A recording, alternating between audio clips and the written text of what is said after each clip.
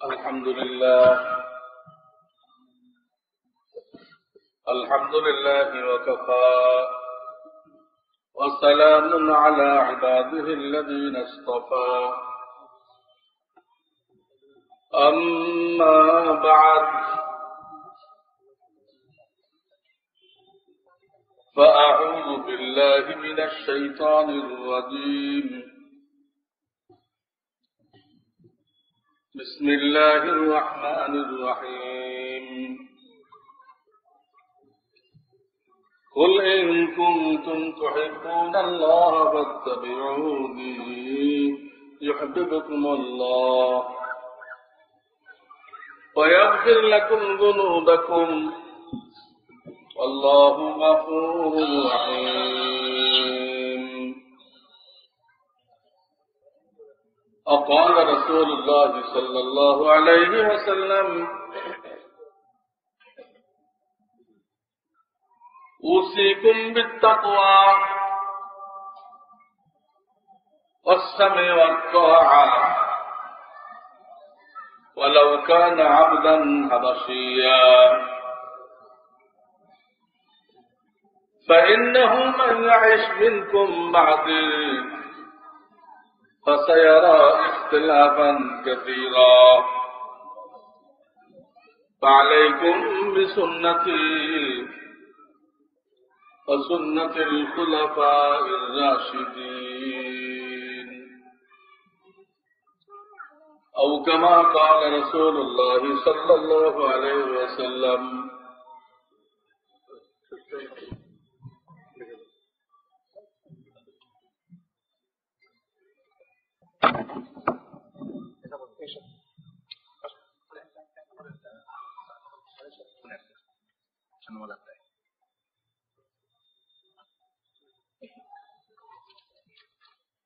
জনাব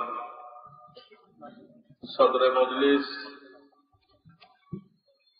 উলামায়ে কেরাম, এলাকার সম্মানিত দায়িত্বশীল ব্যক্তিবর্গ ও আমার প্রিয় নবীজির সুন্নতের আশিক মুসলমান ভাইয়েরা,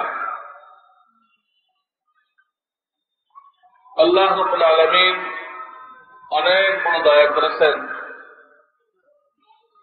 যে আমাদেরকে কোরআন সুন্নাহর আলোচনা শোনার জন্য এই মজলিসে বসার সুযোগ দান করেছেন এবং কিছু আল্লাহর বান্দাকে এই মাহফিলের ইন্তজাম করার তৌফিক দান করছেন। আমি সকলের জন্য দোয়া করি এবং তাদের শুকরিয়া আদায় করি। আল্লাহ তাআলা যেন তাদেরকে দিয়ে আরো বেশি বেশি দ্বীন ইসলামের খেদমত করার তৌফিক দান করেন।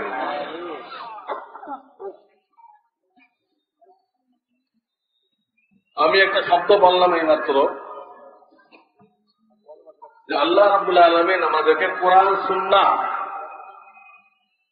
এই কোরআন সুন্নাহর আলোচনায় অংশগ্রহণ করার তৌফিক দান করেছেন। এই শব্দটা নিয়ে অনেকে চিন্তা করতে পারে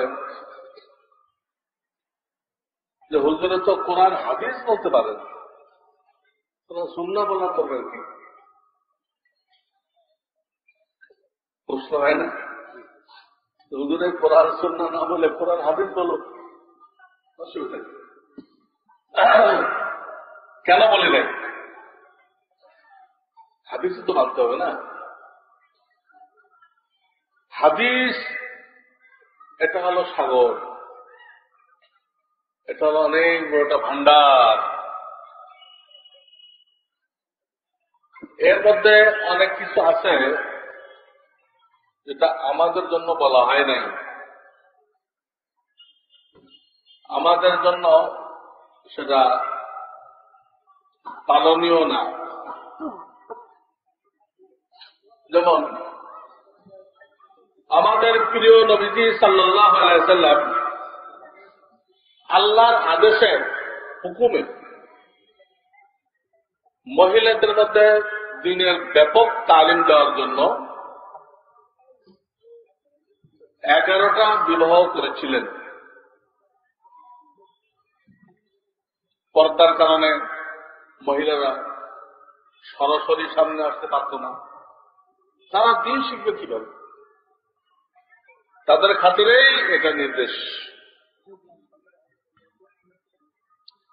তো আল্লাহ রাসূল সাল্লাল্লাহু আলাইহি ওয়াসাল্লাম এই নির্দেশ পালন করেছেন এবং বিবিদেরকে দিয়ে আল্লাহ দিনের প্রচুর কাজ নিয়েছেন। মা আয়েশা থেকে হাজার হাজার হাদিস এখন আমরা পড়তেছি, পড়াইছি। এখন প্রশ্ন হলো, এই যে আল্লাহর নির্দেশে আমাদের নবীজি 11টা বিবাহ করলেন, এটা হাদিসের তারা সব কিতাবে আছে, সুতরাং এটা হাদিস। কি বলেন? বিলকুল সহিহ হাদিস, হাদিস বিলকুল সহিহ হাদিস, এমনকি বুখারী শরীফে আছে। কিন্তু এটাকে আমাদের জন্য বলা হয়েছে, আমরা এটা আমল করতে পারবো একসাথে পারবো? দেখা গেল অনেক হাদিস আছে যেটা আমরা আমল করতে পারবো না।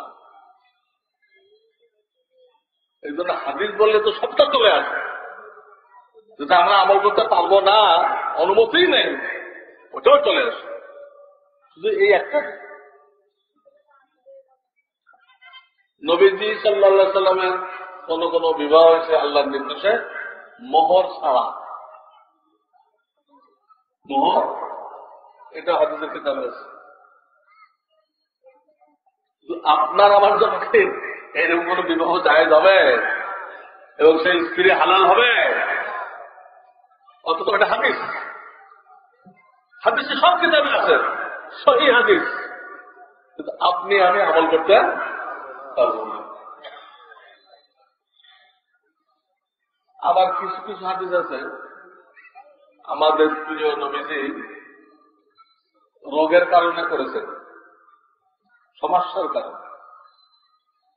একবার ওনার সমস্যা দেখা দিল কোমরে ব্যথা, উনি বাঁকা হতে পারেন না। তখন উনি এই রোগটা দূর হওয়া পর্যন্ত অনেকে দাঁড়ায় পেশাব করতে হয়েছে, দাঁড়ায়, ওজনের কারণে, রোগের কারণে। উম্মতকে তিনি বলেন নাই। উম্মতের ব্যাপারে হাদিস পাওয়া যায়, হযরত ওমর ফারুক রাদিয়াল্লাহু আনহু একবার ইসলামের শুরু জামানায় দাঁড়িয়ে পেশাব করতেছিলেন।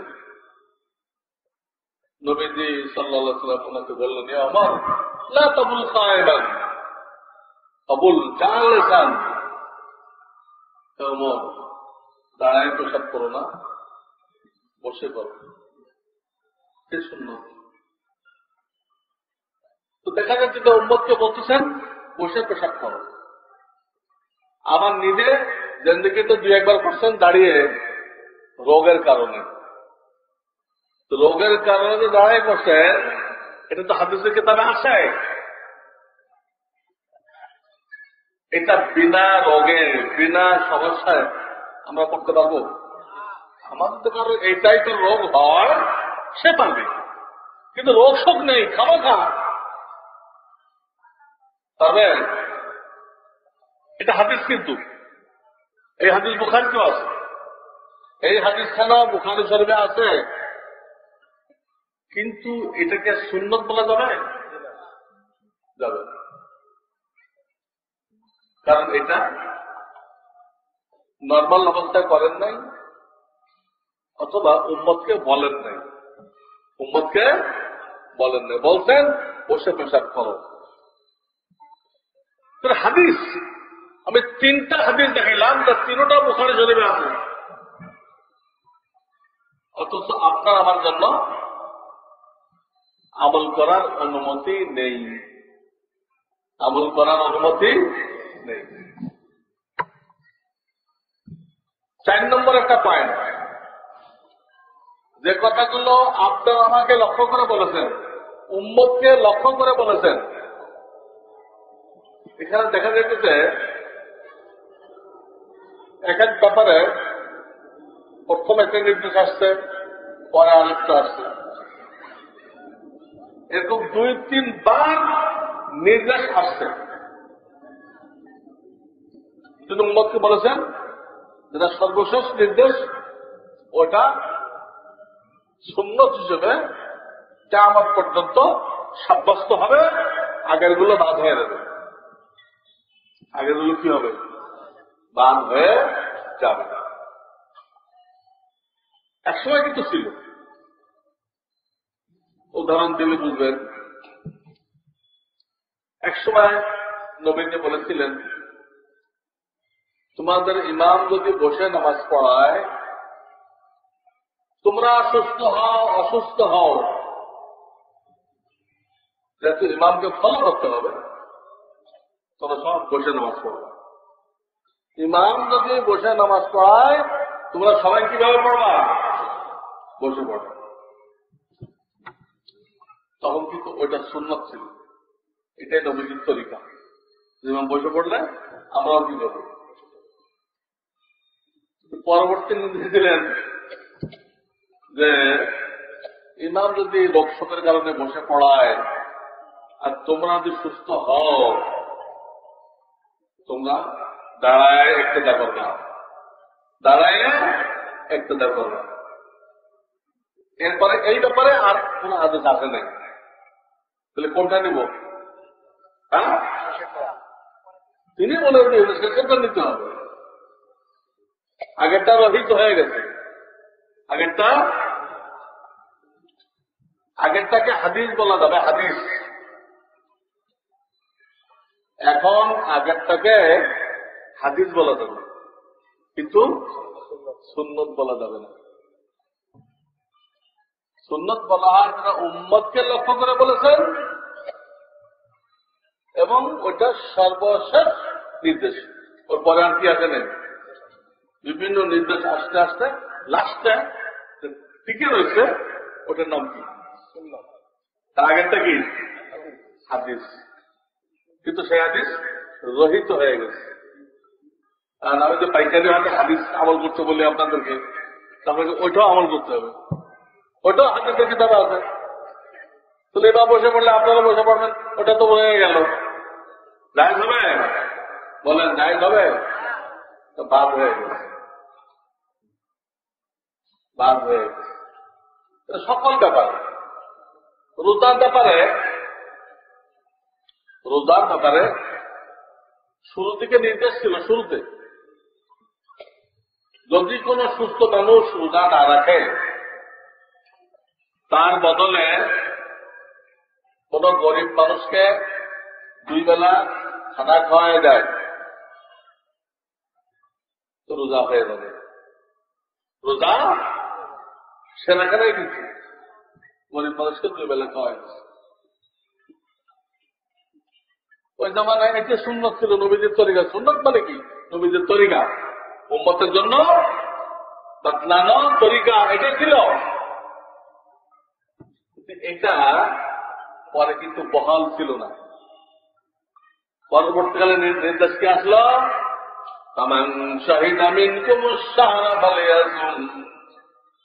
এখন থেকে তোমরা যারা রমজান শরীফ পাইবা, সুস্থ সবল মানুষ, তোমাদের অবশ্যই রোজা রাখতে হবে। এখন কি আগেরটা আমল করা হবে? ওটা কিন্তু সহিহ হাদিস, আগেরটা সহিহ হাদিস, আমল করা যাবে। পরেরটা করতে হবে। সুস্থ সবল হলে রোজা রাখতেই হবে। কিন্তু তাদের অনেক বয়স হয়ে গেছে, শক্তি নেই, তাদের জন্য এখনো ওইটা বহাল আছে। তারা প্রত্যেকটা জনের বদলে একটা গরিবকে 2 বেলা খাওয়াবে, অথবা একটা ফিতরা পরিমাণ টাকা গরিবকে দিয়ে দেবে। একটা রোজার বদলে একটা ফিতরা। এটা অতিশয় বিরুদ্ধ যারা, তাদের জন্য এখনো বহাল আছে, সুস্থ মানুষের জন্য বহাল নেই। কিন্তু এটা যে ছিল, এটা তো হাদিসের কিতাবে আছে, ওরা সারা বছর করতেছি, পড়াইতেছি, কিন্তু আমল করে যাবে। অনেকে ধারণা করে কি সহিহ হাদিস মানেন না কেন, অনেকে ধারণা করে বা প্রশ্ন করে, কৈফিয়ত চায়, সহিহ হাদিস মানবেন না কেন? সব সহিহ হাদিস কি মানা যাবে? যেসব সহিহ হাদিস নবীদের সাথে খাস, যেসব সহিহ হাদিস রহিত হয়ে গেছে, তো সহিহ হাদিস মানা তো জায়েজ নেই। যেমন মক্কার জিন্দেগিতে মক্কার কাফেররা যে মুসলমান হয়েছিল, তারা 360 খুদার পূজা করত। তো নামাজের মধ্যে ওদের দেব দেবীর কথা মনে পড়ত, তো নবীজি শিখাই দিয়েছিলেন এগুলো মনে পড়লে তোমার হাত তুলবা। এই হাত তোলার অর্থ হল সব পিছনে ফেলে দেবেন। সব কি করলাম? তো বাতিল খুদা আছে, তো কি করলাম? পিছনে ফেলে দিলাম। তো মক্কার জীবনে দেখা যায় ওনারা কয়েকবার হাত তুলেছেন, নামাজের শুরু বাদেও আরো কয়েকবার। এই হাদিসটা দ্বিতীয় খলিফা ওমর তার ছেলে আব্দুল্লাহ ওমর থেকে এই হাদিস তিনি মক্কায় বয়ান করেছেন। এটা নবুয়তের 13 বছর পরে আল্লাহর নির্দেশে ওনারা মদিনায় চলে গেলেন। মক্কার মুসলমানরা কোথায় চলে গেলেন? মদিনায় চলে গেলেন। একটা আয়াত নাযিল হলো সেই জামানায়, কুমু লিল্লাহি কানিতিন, তোমরা খুব ধীরস্থির ভাবে নামাজ পড়ো। এই আয়াত নাযিল হওয়ার পরে নবীজি মসজিদে ঘোষণা করলেন, ওইটা ওই ওমর ফারুক দ্বিতীয় খলিফা তার ছেলে আব্দুল্লাহ ওমর বয়ান করতেছেন। নবীজি ঘোষণা করলেন যে এখন থেকে নামাজের শুরুতে একবার হাত তুলবা, কান বরাবর হাত বান্ধা, আর পুরা নামাজের যে কয় রাকাত একসাথে নিয়োগ করছো, এই নামাজের মধ্যে আর হাত তুলবা না। আমাদের 2 রাকাত ভিন্ন পড়া সুন্নত, এখানে চলো যেটা নিয়ে বান্ধা হয়ে গেছে, এই নামাজের মধ্যে আর কি করো না। আল্লাহ রাসূল ঘোষণা করলেন, আর আব্দুল্লাহ ইবনে ওমর বয়ান করলেন যে আর হাত তোলা যাবে না, শুধু একবার নামাজের শুরুতে। এখন মক্কায় যারা বয়ান করছিলেন, ওটা তো বুখারী শরীফে আছে, বুখারী শরীফে আছে, ওটিকে আমল করা যাবে এখন? যাবে? যেহেতু আয়াত নাযিল হইতেছে, নবীজি সেই আয়াতের আলোকে বলতেছেন এখন থেকে আর একবারে বেশি হাত তোলা যাবে না, খবরদার, আগেরটা রহিত হয়ে গেছে। এই আদেশ দেওয়ার পরে যেটা রহিত হয়ে গেল, মক্কা কিন্তু ওইটাই সুন্নত ছিল, বারবার তোলাটাই কি ছিল, কিন্তু মদিনা যাওয়ার পরে সুন্নত সাব্যস্ত হলো কোনটা? একবার। এখন যদি আগেরটা ফিরে বসে থাকে তো ওটা সহিহ হাদিস না? হ্যাঁ, বিনা সন্দেহে ওটা সহিহ হাদিস, কোন সন্দেহ নেই, সহিহ হাদিস। কিন্তু নবীজি ওটার উপরে আমল করতে নিষেধ করেছে। হাদিসের কিতাবগুলোতে তো নবুয়াতের যে 23 বছর, নবীজি নবুয়াত পাওয়ার পরে 23 বছর বেঁচে ছিলেন, এই 23 বছরের সব কথাই তো আছে। সব কথা কি বহাল আছে? কিছু রহিত হয়ে গেছে বলেন? হ্যাঁ, বহাল আছে নেই? যেগুলো বহাল আছে, টিকে আছে, হাদিসের সাগর থেকে ওই টিকে থাকা অংশের নাম হলো সুন্নত। হাদিসের ভান্ডার বিশাল, ওইখান থেকে হাক্কানি আলেমরা, বড় বড় আলেমরা বাছনি করবে যে এর মধ্যে প্রথম কথা উম্মতের জন্য কোনগুলো, এর আগে বাছনি করতে হবে সেগুলো উন্মতের জন্য। দ্বিতীয় বাছনি করতে হবে, এক এক ব্যাপারে 2-3টা নির্দেশ আসছে, সর্বশেষ কোনটা ওটা বের করতে হবে। ওটার নাম কি? ওটার নাম কি? এর বাইরে হাদিসের ভান্ডারে যা আছে সব সহিহ হাদিস, আমল করা জায়েজ হবে না। কেউ যদি দাবি করে সহিহ হাদিস মানবেন না কেন, ভাই সহিহ হাদিস মানতে নবীজি বলেছেন কোন হাদিসে? নবীজি তো সহিহ সুন্নত মানতে বলেছেন। কি মানতে বলেছেন? আমি একটু হাদিস করলাম না, আমার মৃত্যুর পরে তোমরা অনেক দল উপদল অনেক কিছু দেখবা, কোন দিক দেখবা? সঠিক সঠিক সুন্নতের কথা বলে যে এটা নামাজের সুন্নত, এটা উজুর সুন্নত, এটা খানা খাওয়ার সুন্নত, এটা বাথরুমে যাওয়ার সুন্নত, এটা ঘুমানোর সুন্নত, এটা বাজারে যাওয়ার সুন্নত। আমাদের নবীদিকে মানুষ ছিলেন না? মাটির তৈরি মানুষ ছিলেন না? নূরের তৈরি ফেরেশতা ছিলেন? মানুষ ছিলেন। আমাদের যা প্রয়োজন এই প্রয়োজনগুলো তারও ছিল, তার বিবি ছিল না? বাচ্চা হয় নাই, রোগ শোক হয় নাই, ইহুদিরা জাদু করে নাই,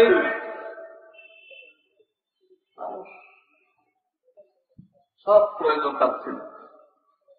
এই প্রয়োজনগুলো তিনি আমাদেরকে দেখাই দিয়ে গেছেন, আমি দেখাই দিয়ে গেলাম। এইভাবে যদি করো তো তোমার এই সব কাজগুলো ইবাদত হবে, সব হবে। কাফেররাও ঘুমাইতেছে, আপনি আমিও ঘুমাইতেছি, ঠিক না? পার্থক্য কাফেররা কি নবীদের সুন্নত তরিকায় ঘুমায়? উযু করে দোয়া কালাম পড়ে ডাইন কাতে ঘুমায়? ঘুমায় না। তাদের এই 6 ঘন্টা ঘুম ইবাদত হবে না। কাফেররা খায়, আপনি আমিও খাই, কাফেরের খাওয়া কি ইবাদত হবে? আপনার আমার কেনা আমরা বিসমিল্লাহ পড়ে ডাইন হাত দিয়ে খাই, দস্তরখান বিছায়ে খাই, খাওয়ার পরে আবার দোয়া পড়ি, আল্লাহ শুকরিয়া করি, সুন্নত তরিকায় খাই। খাওয়াটা কি হল? এমনকি আমরা যে বাথরুমে যাই, কাফের যাওয়া যায়, তাদেরটা কোনো সব হবে না। কিন্তু আমরা আমাদের প্রিয় নবী যারা বলে গেছেন বাথরুমে যাইবা তো জুতা স্যান্ডেল পায়ে দিয়ে যাইবা, ওর ভিতরে রেখে দেবেন, বাইরেতে নিয়ে গেলে আবার ওটা নোংরা হয়ে যাবে। ওর ভিতরে কি করবেন? একটা স্যান্ডেল এক জোড়া রেখে দেবেন, ওটা পরে যাও, মাথা ঢেকে দাও, না দিয়ে মারো, মাথা ঢেকে দাও, আর দোয়া পড়ো, বাম পাও আগে ঢুকাও, বাম পাও আগে ঢুকাও, ঢেলাগুলো বা টয়লেট পেপার ব্যবহার করো, এইগুলো বলে গেছে। আমরা যেগুলো মানতেছি এটা আমাদের এই যে টয়লেটে গেলাম, এখানে সব হইতেছে না, এইগুলো পাচ্ছি। এটাকে বলা হয় সুন্নত তরিকায় জিন্দেগি, রব্বুল আলামিনের বন্দেগি। সুন্নত তরিকায় জিন্দেগি, রব্বুল আলামিনের বন্দেগি।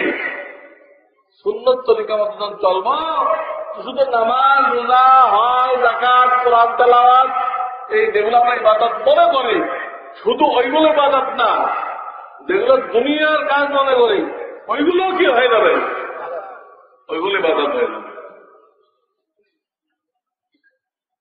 আপনাদের অনেকের কাছে হয়তো আমার লেখা একটা পকেট সাইজ কিতাব আছে, এটার নাম হল বাংলাতে নবীজির সুন্নত, আছে না? নবীজির সুন্নত। এখানে আমি সব ব্যাপারে আমাদের নবীজির তরিকা কি, উম্মতকে কি বলে গেছেন, আমি বাংলা ভাষায় লিখে দিয়েছি। প্রত্যেকটা কথা দেখবেন ওখানে হাদিসের রেফারেন্স দেওয়া আছে, হাদিসের রেফারেন্স দেওয়া আছে। এটা মেহরবানি করে আপনার ঘরে রাখেন, আর একটু তালিম করে সবাইকে শোনাই দেন, তাহলে আমাদের দুনিয়ার কাজগুলো কি হয়ে যায়, আল্লাহর বন্দেগী হয়ে যায়। এই হলো সুন্নতের বরকত। তো কোন হাদিসে নবীজি হাদিস মানতে বলেন নাই, হাদিস তো সাগর। কি মানতে বলেছেন? সুন্নত। আলাইকুম বিসুন্নতি। অনেক ফেরকা দেখবা, কোন ফেরকার দিকে যাইবা না, সুন্নত সুন্নত কারা করতেছে, নামাজে প্রশিক্ষণ করা দিচ্ছে, উজু করা শিখাইতেছে, কাফন দাফন করা শিখাইতেছে, হাতে কলমে ওদের সাথে বসো, ওদের সাথে বসো। মৃত্যু ব্যক্তির ব্যাপারে নবীজির সুন্নত কি? শর্ট টাইমে দাফন করো, শর্ট টাইমে 2-4 ঘন্টার মধ্যে দাফন করো। কারণ তার কবর, কবর না জান্নাতের বাগান। যত তাড়াতাড়ি পৌঁছাই দিলে সে জান্নাতের শান্তি পেয়ে গেল, আর তুমি কবর দিতে দেরি করলে তাকে জান্নাত থেকে দূরে রাখলে, বঞ্চিত রাখলে। সেটাকে মোটার বলে দয়া করা হলো, জুলুম করা হলো?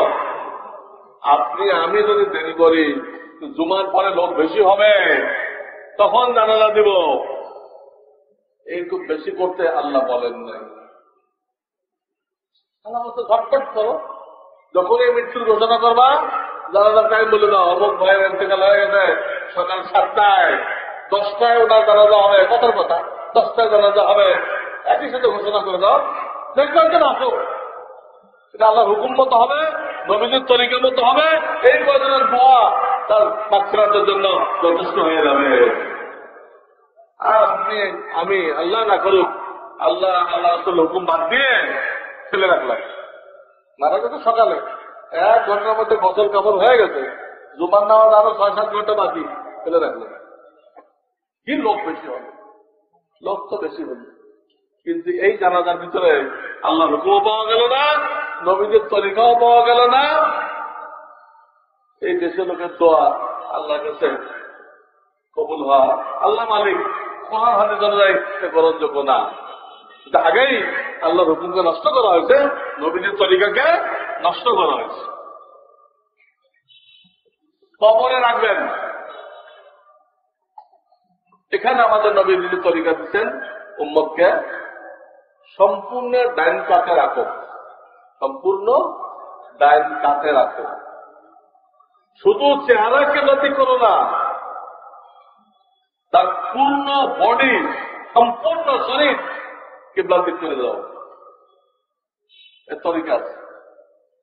তরিকা হলে কবরের তলদেশ ওর মাঝখানেও করতে পারেন বা পশ্চিম সাইডও করতে পারেন, আর একটু গর্ত করবেন কবরের তলদেশে মাঝখানে অথবা পশ্চিম সাইডে একটু গর্ত করবেন, উত্তর দক্ষিণ 1000 মতো। ওইখানে ডাইন সাইড নিচে দিবেন, বাম সাইডটা উপরে থাকবে। মাথার জায়গায় মাটি কম কাটবেন, যেন মাথাটা বডির সাথে পজিশন মতো থাকে, এরকম মাথা না হয়ে যায়, বুঝতেছেন? মাথার নিচে কিছু মাটি দেন, দিয়ে এইভাবে শোয়াই দেন। এইটা হলো নবীদের তরিকা। চারো মাযহাব এই কথা বলে। আমরা কি করি? শীত করে শোয়াই দেই, ঘাটটাকে একটু মুছড়ে কোন রকম কিবলার দিকে দেই, দিয়ে মুখে একটা দোয়া পড়ি। কি দোয়া? বিসমিল্লাহি আলা মিল্লাতি রাসূলিল্লাহ। হে মওলা, তোমাকে আল্লাহর হুকুম মতো, নবীদের তরিকা মতো কবরে রাখলাম, কিন্তু আদৌ দেখা গেল সেটা নবীদের তরিকা হয় নাই। নবীদের তরিকা তো শুধু সিনা না, শুধু চেহারা না, ওরা বডি কিবলাতে থাকবে। আমরা জীবিত অবস্থায় যে সুন্নত তরিকা শুই, আপনি শুই না, ওইরকম রাখতে হবে। আমাদের ইসলাম ধর্মে সিনার চেহারার থেকেও সিনার গুরুত্ব বেশি, চেহারা থেকেও সিনার গুরুত্ব বেশি। কেমনে? আপনি নামাজ পড়তেছেন, কোন কারণে ডান দিক তাকাইলেন, কোন কারণে, এতে কিন্তু আপনার নামাজ ভাঙবে না, মাকরুহ হবে। কিন্তু সিনা কিবলা থেকে ঘুরে গেল ডান দিকে বা বাম দিকে, এখন কি হবে? শেষ, নামাজ ভেঙে গেল। সিনার গুরুত্ব বুঝলেন না? এই সিনার কিবলা দিকে হবে, সিনার মধ্যে